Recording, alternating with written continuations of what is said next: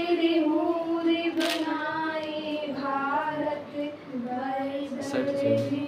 मैंने कोई दिक्कत अम्बे बनवती रे साहस शील हृदय में भर दे जीवन त्यागे। आज आप सभी को पता होगा कि जो पिछले वर्ष जितने भी बच्चों ने अभी मतलब अपनी क्लास में या बोर्ड एग्जाम में जिसने भी अच्छे अंक प्राप्त किए हैं उनको आज क्या किया जा रहा है, उन्हें गोल्ड मेडल पहनाए जा रहे हैं। और कल हमारा एक टेस्ट भी हुआ था 5 चैप्टर्स का, तो उसमें जिसके अच्छे मार्क्स आए हैं तो उन्हें भी आज इनाम दी जाएगी। तो इसी के अगले क्रम में आदित्य भैया आए और हेमंत सर को बेंच लगाकर उनका हार्दिक स्वागत करें।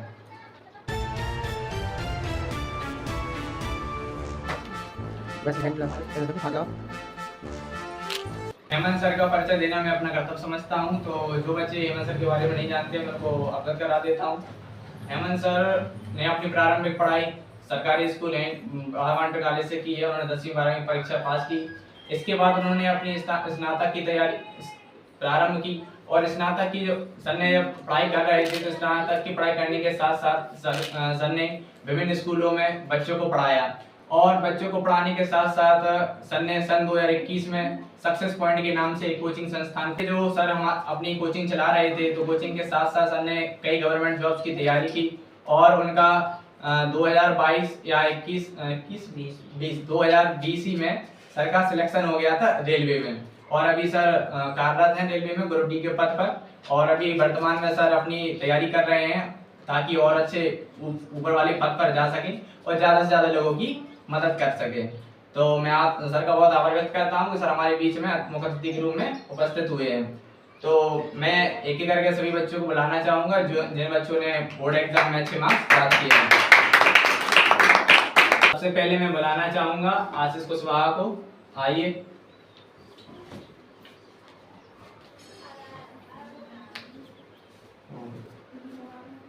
तो आप सभी लोगों को जिसको पता नहीं है, आशीष भैया ने जो हमारा बोर्ड एग्जाम 2024 हुआ है, 2024 में आशीष भैया ने मैथ्स में 100 आउट ऑफ 100 नंबर प्राप्त किए हैं। और यहाँ तक देखा गया है कि हमारा जो झांसी जिला है, झांसी जिले में किसी भी, मैं आपको झांसी जिले का बता रहा हूँ, झांसी जिले में किसी भी विद्यार्थी ने गणित में 100 में से 100 नंबर प्राप्त नहीं किए हैं। आशीष भैया इकलौते हैं जिन्होंने झांसी जिला में मैथ में 100 में से 100 नंबर प्राप्त किए हैं। तो मैं हेमंत सर से आग्रह करना चाहूंगा कि आशीष को मेडल पहनाकर उन्हें सम्मानित करें।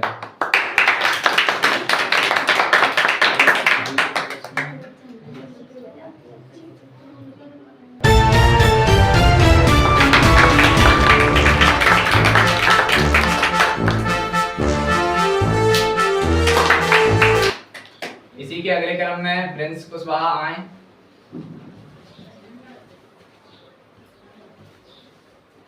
तो आप लोगों को बता दूं, मैं प्रिंस कुशवाहा जो हैं, इनके जो हमारा बोर्ड एग्जाम 2024 हुआ है, इन्होंने 100 में से 96 नंबर प्राप्त किए हैं। इनके जो बाकी के जो 4 नंबर रह गए हैं, इनकी खुद की गलतियों से इनके गए हैं। इनको चारों एमसीक्यूज आ रहे थे, इनने अपने जो एमसीक्यूज के एबीसीडी ऑप्शन रहे थे वो गलत भर के आए। इसलिए हम जब भी आप बच्चों को, मैंने बहुत प्रयास किया था कि जो एमसीक्यूज रहते हैं उन्हें यहीं पर, जब हमारे मॉक टेस्ट होते हैं तो जितनी गलतियां उन्हें हम यहीं सुधार लें, लेकिन इन्होंने थोड़ी सी लापरवाही बरती और उनके 4 नंबर चले गए। वरना प्रिंस भैया के भी अच्छे अच्छे नंबर आते थे, टेस्ट में भी 100 में से 100 ही आए थे, 70 में 70 आए थे। जो बोर्ड एग्जाम के 30 नंबर रहते उनको जोड़ गए, लेकिन उनके 4 नंबर कट गए। कोई बात नहीं, अब जो इंटर उनकी अच्छी तैयारी करेंगे, कोशिश करवाएंगे कि इनका इंटर में 100 में 100 नंबर प्राप्त हो। तो मैं हेमंत सर से आग्रह करूंगा कि प्रिंस को मेडल पहनाकर सम्मानित करें।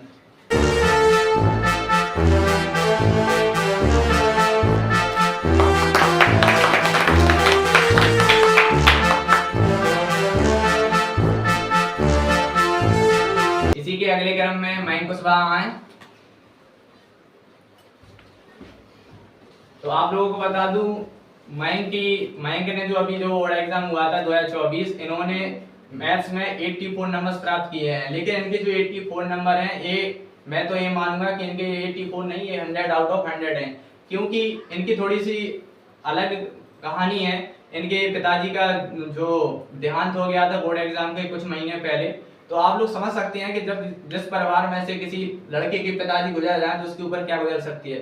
तो इन्होंने उस टाइम, उस जो कठिन समय था, उस कठिन समय में इन्होंने अपने अपने आप को निकाला और इन्होंने अपने आगे के भविष्य के बारे में सोचा और इन्होंने बहुत मेहनत की।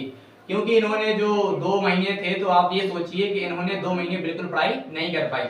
इसके बावजूद इन्होंने अपनी जो पहले की पढ़ाई थी, इन्होंने क्या किया, उसमें बहुत मेहनत की और मैंने ये देखा था कि इनके अंदर एक डेडिकेशन था कि अच्छे से पढ़ाई करना है, तो इन्होंने खूब मेहनत की। क्यों, इनके पहले टेस्ट में अच्छे मार्क्स नहीं आते थे। जब प्रारंभ में इन्होंने पढ़ाई की थी तो इतने अच्छे इनके टेस्ट में नंबर नहीं आते थे, लेकिन जब इनके पिताजी का देहांत हुआ और इसके बाद जब 2 महीने इन्होंने नहीं पढ़ा, इसके बाद जब इन्होंने बाउंस बैक किया तो इन्होंने बहुत डेडिकेशन से पढ़ाई की और इनके टेस्ट में भी अच्छे नंबर आने लगे थे और हमें उम्मीद थी कि बोर्ड एग्जाम में भी अच्छे मार्क्स प्राप्त करेंगे। तो मैं हेमंत सर से आग्रह करूंगा कि मयंक कुशवाहा को मेडल पहनाकर सम्मानित करें।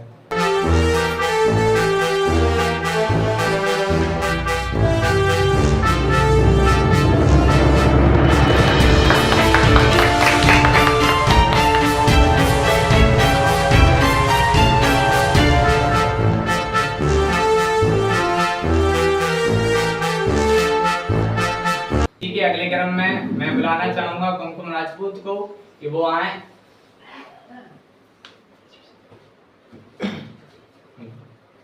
आप लोगों को बता दूं, कुमकुम राजपूत जो है वो मान लक्ष्मणदास इंटर कॉलेज में पढ़ती हैं और इन्होंने अभी जो इनकी क्लास 9 थी, अब 10th में आ गई हैं। इन्होंने क्लास 9th में प्रथम स्थान प्राप्त किया है। तो मैं हेमंत सर से आग्रह करूंगा कि कुमकुम को मेडल बनाकर सम्मानित करें।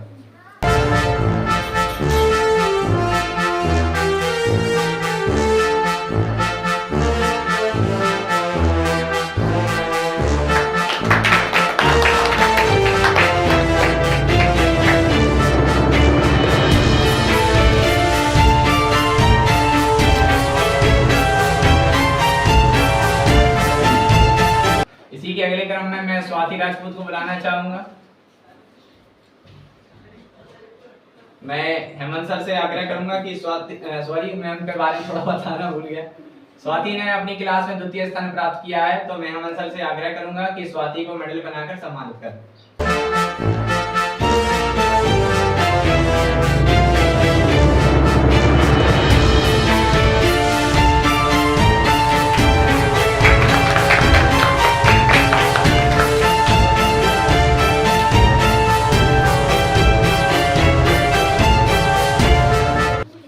इसी के अगले क्रम में उवैस अहमद आए।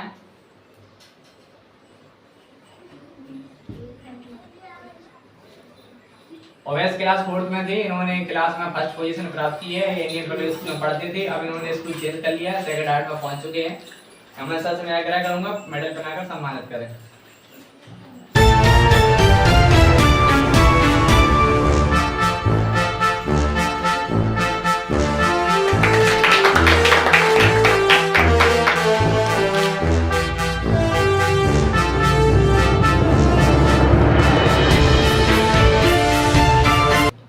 इसी के अगले क्रम में मैं बुलाना चाहूंगा तनु कुशवाहा को, वो आए। कल हमारा टेस्ट हुआ था सैटरडे को, तो तनु ने अच्छे मार्क्स प्राप्त किए हैं। इन्होंने 30 में से 26 मार्क्स प्राप्त किए हैं। इनके जो कुछ नंबर थे वो मैंने ही काटे हैं, थोड़ी छोटी सी गलतियां थी। अब इन्हें सबक रहेगा कि आगे और अच्छे से मेहनत करें। तो हेमंत सर से मैं कहूंगा उनको गिफ्ट दें।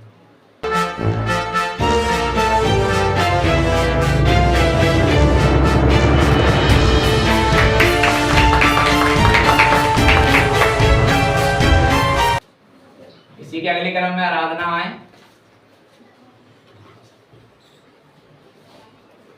कल हमारा जो टेस्ट हुआ था, आराधना ने भी 30 में से 25 मार्क्स प्राप्त किए हैं। तो मैं हेमंत सर से आग्रह करूंगा कि उनको इनाम देकर सम्मानित करें।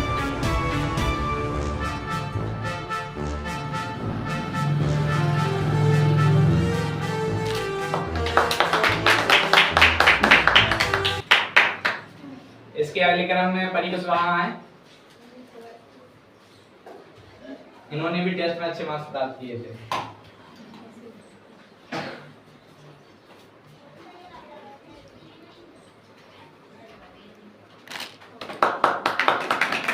इसके अगले क्रम में श्रद्धा आए। श्रद्धा ने भी श्रद्धा क्लास 8th में आ गई है। इनको गणित में बहुत अच्छा मन लगता है। इनको मैं जब भी सवाल देता हूँ, 1-2 सवाल बता देता हूँ, ये बाकी की एक्सरसाइज खुद ही लगा लेती हैं।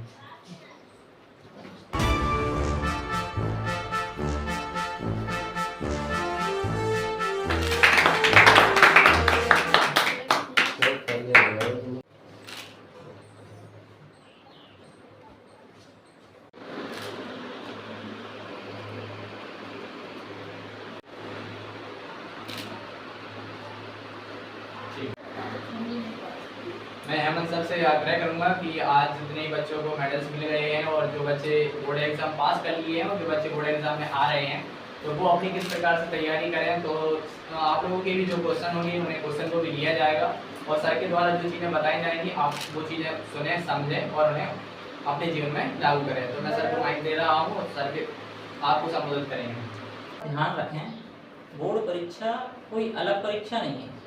अगर आप अच्छे से डेडिकेशन से पढ़ रहे हैं, नॉर्मल जैसी अभी तक आपने परीक्षाएं दी है 9 क्लास तक, वैसी ही एक परीक्षा है। आप अच्छे डेडिकेशन से पढ़ते रहें तो बोर्ड परीक्षा भी आसान है। बोर्ड परीक्षा थोड़ी डिफरेंट क्यों है? इसलिए क्योंकि उसमें एग्जामिनर अलग होते हैं।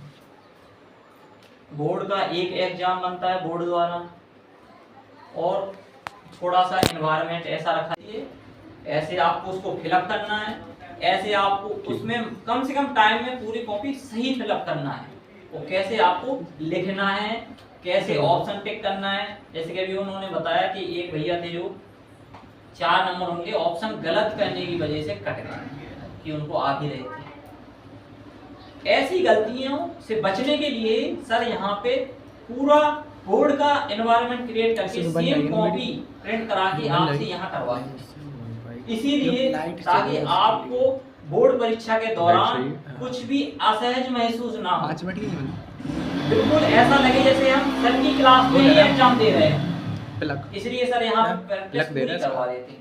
नहीं फिर भी अगर किसी को कोई समस्या हो तो वो सर से पूछ के यहीं पे क्लियर कर लेते हैं। जैसे कि कभी कभी हमें ऐसा लगता है लॉन्ग आंसर है, कितने पेज भरने हैं, है ना? ये कई बच्चों के दिमाग में आता होगा, सर शॉर्ट आंसर में कितने पेज भरने पड़ते हैं, लॉन्ग में कितने भरने पड़ते हैं।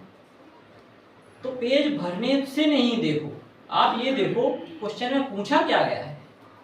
जरूरी नहीं है, कभी कभी ऐसी चीजें भी पूछ ली जाती हैं जो छोटी सी डेफिनेशन में भी आप उसको समझा सकते हैं, लेकिन अगर वो लॉन्ग में पूछ लिया गया हो तो बाद में आगे पीछे रामायण थोड़ा ना लिख के आओगे, हैं? जितना पूछा है उतना ही तो लिखोगे, हैं? तो लॉन्ग आंसर लिखने के चक्कर में कुछ भी उल्टा सीधा न लिखें, जितना पूछा है उतना लिखें, ठीक है? शॉर्ट आंसर का भी ऐसा ही है। शॉर्ट आंसर जितने, हालांकि शब्दों में लिखा रहता है, आप ऐसा ना करो कि शब्दों को गिनना शुरू कर दो, अरे अभी तो 200 हुए, अभी 250 का लिखना था, 50 हो रहा है, आप कुछ और लिखना है ना, बस ठीक। आपका जो एग्जाम में क्वेश्चन आया है या सर ने जो टेस्ट में क्वेश्चन दिया है उस क्वेश्चन में क्या पूछा है, क्या आपने वो पूरे तरीके से लिख दिया है, बस हम इतना ही होता है शॉर्ट आंसर या लॉन्ग आंसर। और आपस में जो भी पढ़ाई में दिक्कतें आ रही हैं वो सर से पूछते रहें। किसी प्रकार की कोई सब्जेक्ट ऐसा है जो टफ लग रहा है या आप टाइम मैनेज नहीं कर पा रहे हैं या किसी एक सब्जेक्ट में ही अच्छे नंबर आ रहे हैं, दूसरे में नहीं हो पा रहा है, पढ़ाई करने के बावजूद भी कुछ तरीके बदलने पड़ते हैं, कुछ मौसम के अनुसार और कुछ तबीयत के अनुसार भी तरीके बदलने पड़ते हैं। गर्मी है, अभी आप गर्मियों में दिनों में कैसे पढ़ पाओगे? क्यों? लाइटिंग की पढ़ लेते हो ना, लाइट ज्यादा होती है, एक तो लाइट चली जाती है, फोटो खींचनी थी तो दूसरी हिसाब से लेके आया ना, गर्मी इतनी है, खाना खाओ नींद पाओ, है ना? गर्मियों में यही होता है, लेकिन सर्दियों में उल्टा होता है। सर्दियों में आप पढ़ सकते हैं, लेकिन सर्दियों में एक और डिफॉल्ट है, सर्दी लगेगी, रजाई में देखो वो सो जाओ। तो किस मौसम में कैसे पढ़ना है वो सर बखूबी आपको बताते रहते होंगे। हाँ, हर एक मौसम में कैसे हम पढ़ें, पढ़ाई को कैसे कंटिन्यू रखना है वो सर समय समय पे आपको बताते रहते हैं। बरसात में भी बारिश होने लगी, पकौड़े तल के खाए और बस हो गए, नाव बना के तैराने लगी। ये सब जरूरी है, ये भी करना चाहिए, लेकिन अपने लक्ष्य से हटके नहीं। जो भी आपका एंजॉयमेंट है वो भी करते रहें, मगर पढ़ाई को छोड़ के किसी भी प्रकार का एंजॉयमेंट करना ही आपके लिए घातक सिद्ध हो सकता है। आपको अपना टाइम टेबल सेट करना चाहिए कि हमें, चलो मान लो एग्जाम्पल के तौर पे 4 घंटे आपको पढ़ाई करनी है, तो आप वो 4 घंटे दे दो। उसके बाद जो समय बचा है उसके बाद घर में मम्मी के पापा के काम में हाथ बटाओ, हैं, आस पड़ोस में जो भी कोई कल्चरल फेस्टिवल हो रहा है उसको एंजॉय करो, हैं, कुछ नहीं तो चपेटा खेल लो, वुडलैंड टाइप्स ऐसा सब होता है ना। घर पे सब लोग अपने अपने प्रकार के खेल खेलते हैं, क्रिकेट खेलते हैं, कुछ चिड़िया बल्ला खेलते हैं, बैडमिंटन खेलते हैं, वो भी जरूरी है, मगर सभी चीजों से सबसे पहले क्या है? पढ़ाई। पढ़ाई सबसे ज्यादा जरूरी है। पढ़ाई करने के बाद आप खेलिए भी, बाकी सारी चीजें करिए, लेकिन ये ना हो कि पढ़ाई को कोने में रख दिया और बाकी सारी चीजें दिन भर होती जा रही। ये गलती नहीं करना है बिल्कुल। पहले पढ़ाई, बाद में सारी काम। ठीक है, और किसी को कोई क्वेश्चन पूछना? सिक्योरिटी की तैयारी करनी है तो पहले 12th तो हो गई, अब 12th के बाद क्या? किस समय हो गई 12th? इसी साल 12th। ग्रुप डी की तैयारी।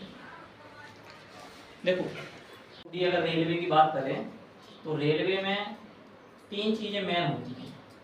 एक तो आपकी मैथ, रीजनिंग और जीके। अब जीके को ही सेपरेट कर लो तो एक बड़ा पोर्शन उसमें साइंस का आ जाता है, यानी कि जीके में एक अगर जीके हो जाती है, दूसरा साइंस का एक बड़ा मेजर पार्ट आता है। तो आज आप सभी लोग यहाँ पर उपस्थित हुए थे गोल्ड मेडल सेरेमनी के लिए। तो हेमंत सर ने अपना बहुत कीमती समय निकाला है। सर को अभी 9 बजे टेस्ट के लिए भी निकलना है, तो हेमंत सर ने अपना जितना भी महत्वपूर्ण समय हम लोगों को दिया है और हेमंत सर ने जितनी भी बारीकियाँ आप लोगों को बताई है, मैं आशा करता हूँ आप सभी लोग हेमंत सर के द्वारा बताई गई चीज़ों को अच्छे से समझ लें और जो कोई भी बात सर ने बताई है अगर आप लोगों को समझ में नहीं आई है तो आप हमसे डिस्कस कर सकते हैं और हम आपको बताएंगे। ठीक है, तो सर ने अपना जितना भी कीमती समय निकाला है, क्योंकि सर अभी गवर्नमेंट जॉब कर रहे हैं, तो आप लोग समझ सकते हैं कि जब ये गवर्नमेंट जॉब वाला और साथ साथ में सर की पढ़ाई भी चल रही है, उनको आज टेस्ट देने भी जाना है, उनका पेपर है, तो सर ने अपना इतना बहुमूल्य समय निकाला है, तो मैं सर को बहुत बहुत आभार व्यक्त करता हूँ। और मैं सर को जब भी याद करता हूँ, सर कभी सर कितने ही समय व्यस्त रहते हैं, सर हमारे लिए समय निकाल लेते हैं। हम सर को टीचर्स डे पे बुलाते हैं तो सर बहुत जल्दी आ जाते हैं,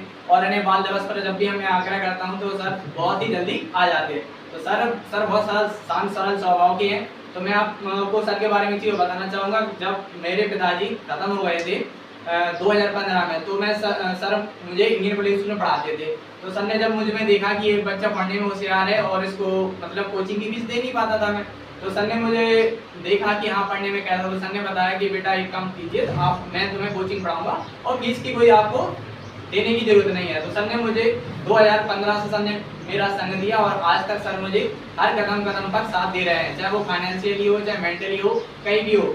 और एक समय ऐसा भी आया था कि मैंने 12th क्लास थी, तो मैंने सोचा था कि अब मैं गिव अप कर देता हूँ, इस साल एग्जाम नहीं दूंगा, क्योंकि 19 नवंबर 2019 को मेरी दीदी की शादी थी। तो 2 माह मैंने कोई भी ना physics, chemistry, math, Hindi, English कुछ भी कोई भी मैंने बुक नहीं उठाई थी 2 महीने।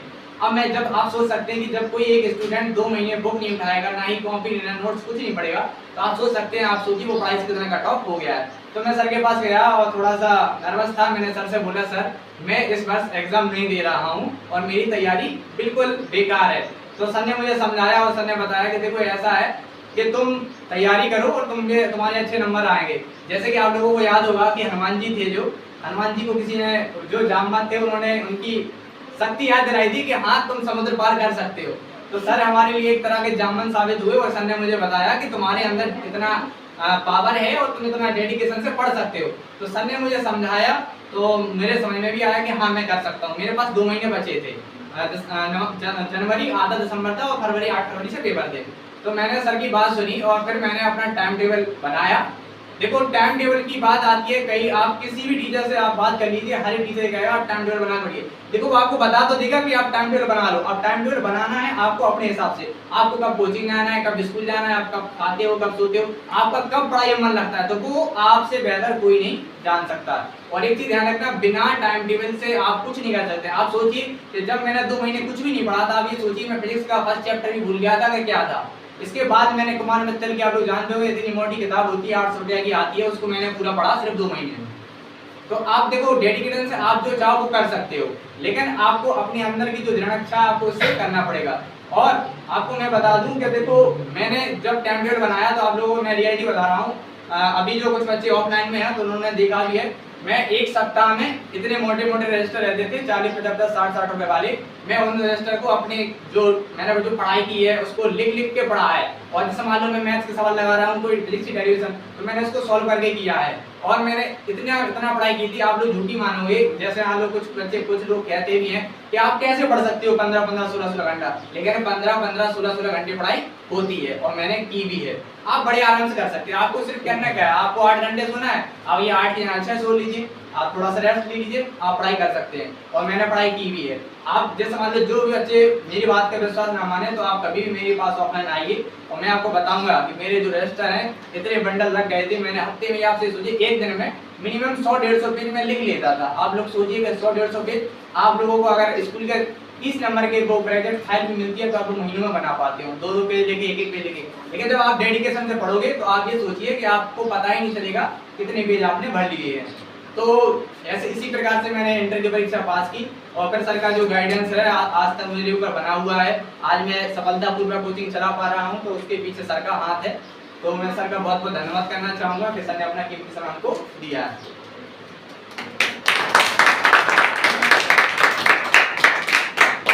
अब इसके बाद मैं आप सर का जो था समापन हो गया। अब मैं आपसे ये कहूँगा कि जिसके भी क्वेश्चन हो, आपको जो कोई भी डाउट हो आप मुझसे पूछ सकते हैं। अब मेरा सेशन स्टार्ट हो रहा है।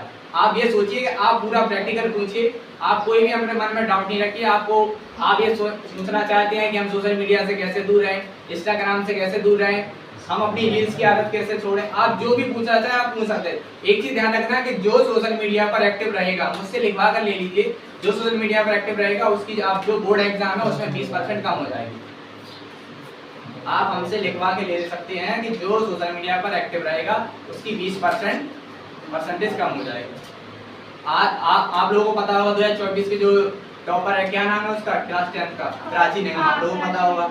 आप उसकी शकल सूरत आपने देखी होगी, लगती है लड़का, लेकिन उसके ऊपर आप ये सोचिए कि वो उसकी पढ़ाई के प्रति कितना डेडिकेशन था, पढ़ाई के प्रति कितना डेडिकेशन था कि उसने समाज की आलोचना सोची, सब कुछ। इसके बावजूद उसने क्या किया, बोर्ड एग्जाम टॉप किया। यूपी बोर्ड में आज तक के इतिहास में जो नंबर किसी ने प्राप्त नहीं किए जितने उसने किए, उससे सिर्फ 600 में से 6 नंबर कटे हैं, 594 नंबर आए हैं उसके। आज तक बोर्ड इतिहास में अभी तक किसी के नहीं है। सोचिए, एक डेडिकेशन होता है। वो आप ये सोचिए, जरूरी नहीं है कि इसके एक दिन ऐसा भी आएगा जो हाई स्कूल बोर्ड का टॉपर रहेगा उसका 600 में से 600 भी आएंगे। देखो रिकॉर्ड बनते हैं किसके लिए, टूटने के लिए। क्रिकेट हो, पढ़ाई हो, कुछ भी हो, तो आप जिसका भी जो क्वेश्चन हो आप लोग पूछ सकते हैं। इसको भी कुछ क्वेश्चन पूछना हो तो आप लोग पूछ सकते हैं। पूछना है भैया, बोर्ड एग्जाम की कॉपी अपना किस तरीके से लेके है? बोर्ड एग्जाम है, देखो आपको मैं मैथ्स की बता सकता हूँ कि बोर्ड एग्जाम में कैसे कॉपी लिखनी है, और मैथ्स की तो बात छोड़ो, मैं आपको सारी कॉपी बताऊंगा कि कैसे लिखना है। देखो सबसे पहले अगर मैथ्स की बात की जाए तो आप लोगों को पता है कि आपको हमारे बैच से एक बच्चे के 100 में से 100 नंबर आए भी हैं, तो आप लोगों को इतना तो विश्वास हो गया होगा कि 100 में से 100 नंबर आ सकते हैं। ठीक है, अब एक की 96 है, उसकी छोटी सी गलती की वजह से उसके भी आ, मुझे पता था कि 2 बच्चों के तो 100 में एक ना एक के तो जरूर आएंगे, मुझे इतना तो यकीन था कि एक बच्चे के 100 में से 100 नंबर तो जरूर आएंगे। अब लेकिन छोटी सी गलती उसके कट गए। तो मैं आपको बताऊं कि देखो मैथ्स में कॉपी कैसे लिखनी पड़ती है। मैथ्स की कॉपी में क्या रहता है, देखो 2 तरीके से कॉपी लिखती है। एक तो मैं आपको पहली बार बताऊं कि जिससे 100 में से जल्दी आएंगे, सबसे पहले आती है जैसे मतलब कि 20 MCQs आ गए हैं, तो 20 MCQs है तो आप कोशिश कीजिए कि MCQs को आप बाद में करें, MCQs को बाद में करें, जो थ्योरी पोर्शन रहता है उसको पहले करें। और देखो आप लोगों को पता है, आप लोगों को मैथ का अच्छे से सिलेबस याद होना चाहिए, आपको ये पता होना चाहिए कौन क्वेश्चन कितने नंबर का था। आपको जैसे पता है पहला जो खंड पहला खा रहेगा उसमें क्या होते हैं 6 क्वेश्चन होते हैं 2-2 नंबर के, 2 6 12। तो आप कोशिश कीजिए कि जो हमारा का खा गा गा अड़ा है, तो आप कोशिश कीजिए सारे सीरियल वाइज करें।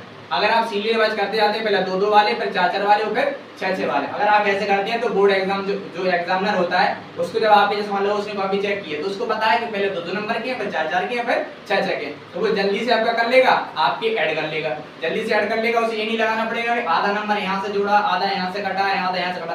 तो जब आप लोग ये सोचो कि जैसे मान लो कोई घर बिखरा हुआ है, एक तकिया वहाँ डली है, यहाँ कुछ जला है, अगर आप ऐसे तितर-बितर रहेंगे आप उसको उठाएंगे तो आपको गुस्सा आएगी। और आप सोचिए कि बिल्कुल सिस्टमैटिक तरीके से सब कुछ लगा है, आपको सिर्फ बैठना है। ऐसे ही एग्जामिनर का माइंडसेट रहता है कि अगर आप कोशिश कीजिए सीरियल वाइज सॉल्व कीजिए, और सीट डिवाइस के लिए, क्योंकि जो हमारे आशीष थे हमने भी नहीं बताया था और उन्होंने भी यही किया, पहले 2-2 नंबर वाले, फिर 4-4 नंबर वाले, फिर 6-6, ऐसा करके 100 में से 100 नंबर उन्हें प्राप्त किए। ठीक है, बोलिए स्कोर क्या पूछ रहा है, पूछो, डाउट में मत रहो, किसी दूसरे को ना दें, स्वयं पूछें। अपना क्वेश्चन देखो। एक चीज ध्यान रखना, मैंने अपनी लाइफ बता रहा हूँ, आप लोगों को अलमारी भरी दे रही होगी सीटों से, तो मैं आपको अपना अनुभव शेयर कर रहा हूँ कि अगर आप इसमें रहे कि मैं क्वेश्चन पूछना चाह रहा हूँ लेकिन हाथ नहीं उठाऊं, दूसरा पूछ ले, तो आप सोचिए कि आप इतनी सीटें, हम ये कहते हैं आप जितना ज्यादा क्वेश्चन पूछेंगे उतना ज्यादा लाइन में आगे बढ़ेंगे। आप चाहे इतने बड़े से बड़े शिक्षक के पास चले जाइए, अगर आपके मन में कोई क्वेश्चन आ रहा है तो आप क्वेश्चन पूछना सीख लीजिए। अगर आप क्वेश्चन सीखना पूछ गए तो आप ये सोचिए आप सफलता के एक कदम आगे।